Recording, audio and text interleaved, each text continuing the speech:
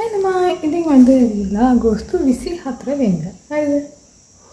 අන්තිමට කියන්නේ අන්තිමවනේ. හරි කොහමරි අගෝස්තුවත් ඉවරයි. මම සාර්ථක ලෙස අගෝස්තුවේ කාබාස්නියෙන් කරලා දාලා තියෙනවා. හොඳයි. මුලින්ම කියන්න ඕනේ මේ වීඩියෝ එක මම ප්ලෑන් කරලා කරන වීඩියෝ එකක් නෙමෙයි.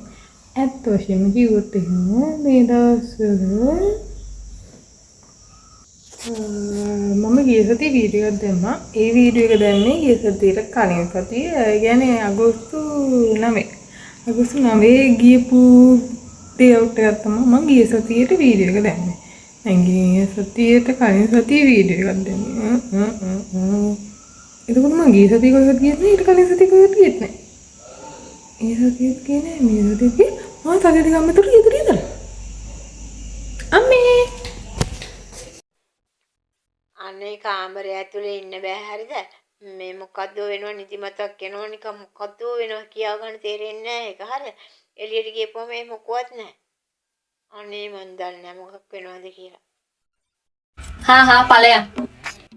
ඵලයන්. ඵලයන්. හරි. ඊළඟ සතියේ ට්‍රිප් එක හරි. හරි. වැඩි හිතන්න බා. මෙහෙමයි ඉතින්. ට්‍රිප් එක කිව්වට කුරුණෑගලවට විතර. එතනින් එහාට යන්න හුවොත් අපේ අම්මා. මුක කන්න බොන්න දින හදනවා. ඒකම පහක් පස්සක් තේරෙන්නේ නැහැ.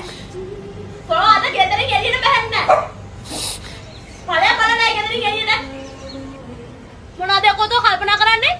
හරි ළමයි කිරම කතා කරුවොත් මම වැඩ වගේ එක පොඩ්ඩක් බිසි වෙනවා. Call on Sagala Nab bro mang better.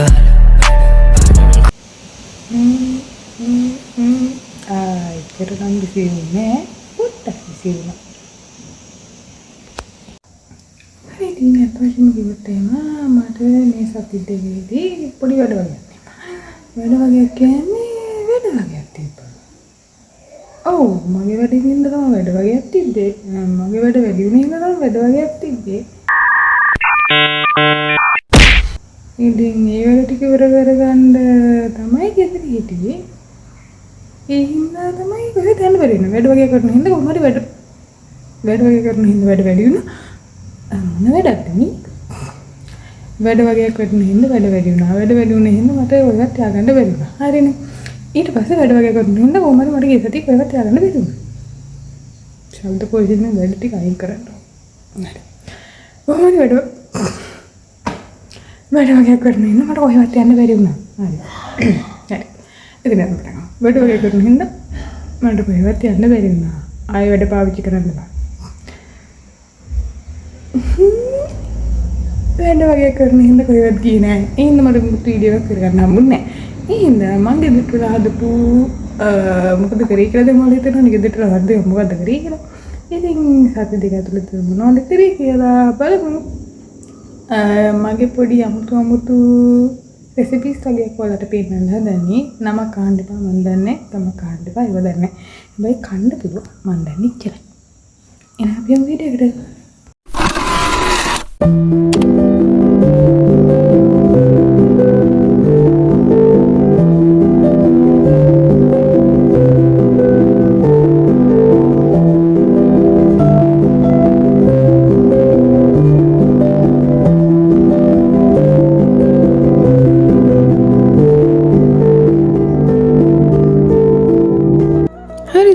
මුලින්ම මෙන්න මේ ආකාරයට සෝදාගත් අඩ ටිකක් අරගෙන ගින්දර දාලා ගියා. ආයව හරි. ගින්දර දාලා තඹ ගන්න. තඹගෙන ඊට පස්සේ පොතු අරගන්න ඕනේ. ටින් ටින් ටින් ටින් ටින්. පොතු අරගත්තට පස්සේ වලවනේ මේව ටික පුඩා කෑලි වලට නෑ. තලාගෙන පොඩි කරගෙන මොකක් හරි කරගන්න. ඊට පස්සේ පොඩ්ඩක් ඉන්නේ එක හිර වෙලා වැඩි ගන්නවා. ඒකට දාගන්න ඕනේ පීටි, තව ලුණු, මිරිස්, කෑලි මිරිස්, ඔය මොනවා හරි ඔය තියෙන සීරම ටික දාගන්න. ඔයාලගේ රස අනුව දාගන්න. තේරුණාද? ඉන්පසු ළමයි කරපිංචා. මෙන්න මේ ආකාරයට ගෙයින් එළියට ගියා. වැට ගාවට ගියා. වැටෙන් එහා පැත්තේ තියෙන කරපිංචා ටික කඩාගත්තා. ඇත්තම කිව්වොත් එහවතත් අපේම තමයි ඒ වුණාට ඉතින් කම්මැලිකම ඊට වඩා ලොකුයි කියනවනේ ගේට්ටුව අරන් යන්න බෑ. ඒ හින්දා කරපිංච කවඩන්නේ මොහොම මං වගේ අය. ඊට පස්සේ කරපිංචත් කඩාගෙන ටිකි ටිකි ටිකි ටිකි ටිකි ටිකි ටිකි එවිලා උද්දගේ රටට ආවත් හරිය රහට කෑමක් නෑ නේ. ඊ ලුණු මිරිසක් දුන්නා ලුණුත් නෑ මිරිසුත් නෑ. මම බුලත් පිටක් ගත්තා. බුලත් නෑ, කුණු නෑ, දුම්කොළ නෑ, පුවක් නෑ. ඔතලා තිබුණු කොලේ විතර.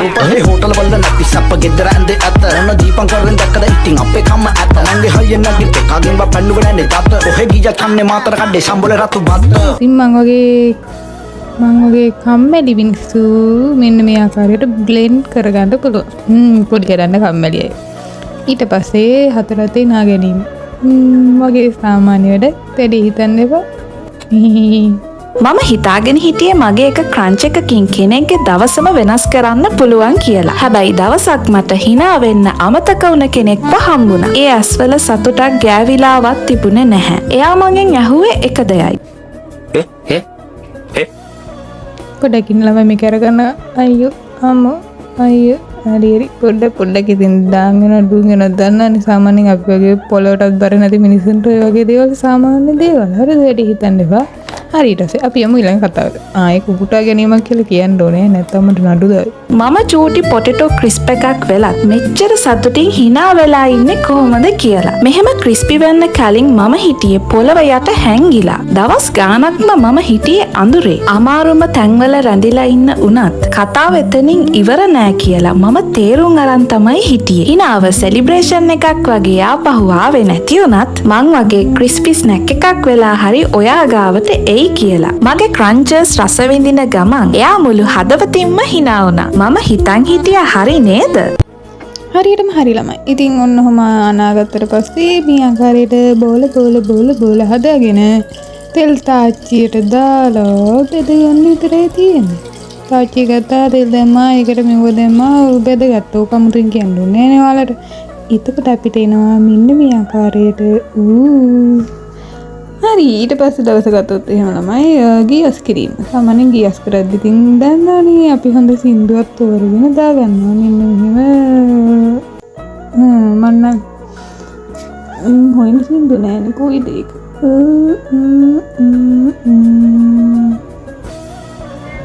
ගියා මොනවද මේ ඉන්නේ අයියෝ නෑ ඒක නෙමෙයි.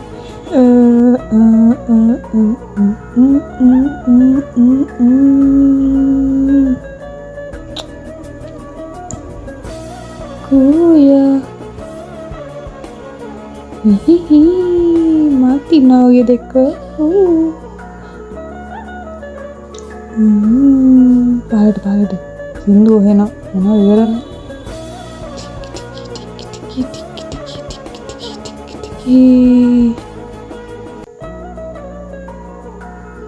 ඒක නෙමෙයි මං හොයපු සින්දුව නම් හැබැයි ඒකත් මාරුවේ. සුරුන පාලියේ අර තියෙන්නේ බඩු හම්බුණා. යුරේකා උඩට ගිහුවම පහළට යන උඩට යමු. ටිකි යුරේකා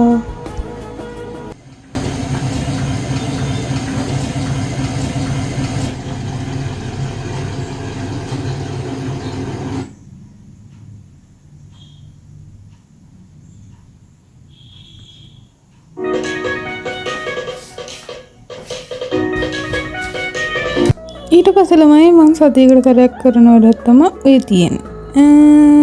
ඇත්තම කිව්වොත් එහෙම මං කියවනේ මම මේක පටන් ගත්තේ හුදෙක් මාගේ හිතසුව පිණිස කියලා.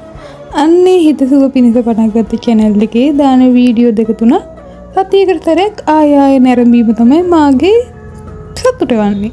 ඉතින් ඔය කරන්නේ අප්පච්චි හොරෙන් උසපු බයිට් එකකුත් කකා කන්නේ කටේ තියාගෙන ඉන්නනේ. හරි කොහොම හරි කරගෙන මේ දැන් යන්නේ මගේ වීඩියෝ එකක් බලන්න. ටීවී එකෙන් හරි ලැප් එකෙන් හරි බලන එක තමයි මගේ වැඩේ. ඉතින්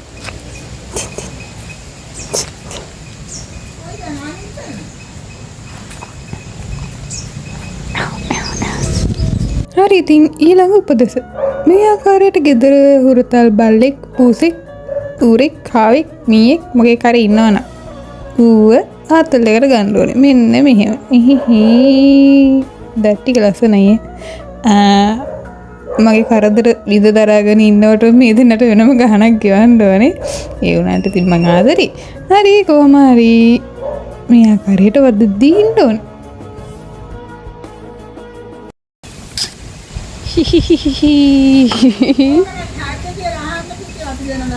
හරි ළමයි අපි යමු දෙවෙනි සතියේ මම හදපු කෑමකට ඩිංකි ඩිංකි ඩිං මේ ආකාරයේ පිටිමෝලියක් හදාගන්න. නිකන් අර මාළු පාන් වලට හදනා වගේ එකක් හදාගන්න. මේක නම් මාර රහයි සෝයා මීට් වල තියෙන මං කැමතිම මේක සෝයා මීට් ටෙම්පරාදෝ කියලා තියෙන එක. ඒක අරගෙන අපි ටිකක් තෙල් දාගන්න ඕනේ. සුදු ලුණු තක්කාලි කරපිංචා ඔය ඕන දෙයක් දාගත්තා කියොකට එහෙම අවුලක් නැහැ. මං අද අර පේස්ටියට ගන්න තමයි ඒක ගන්න.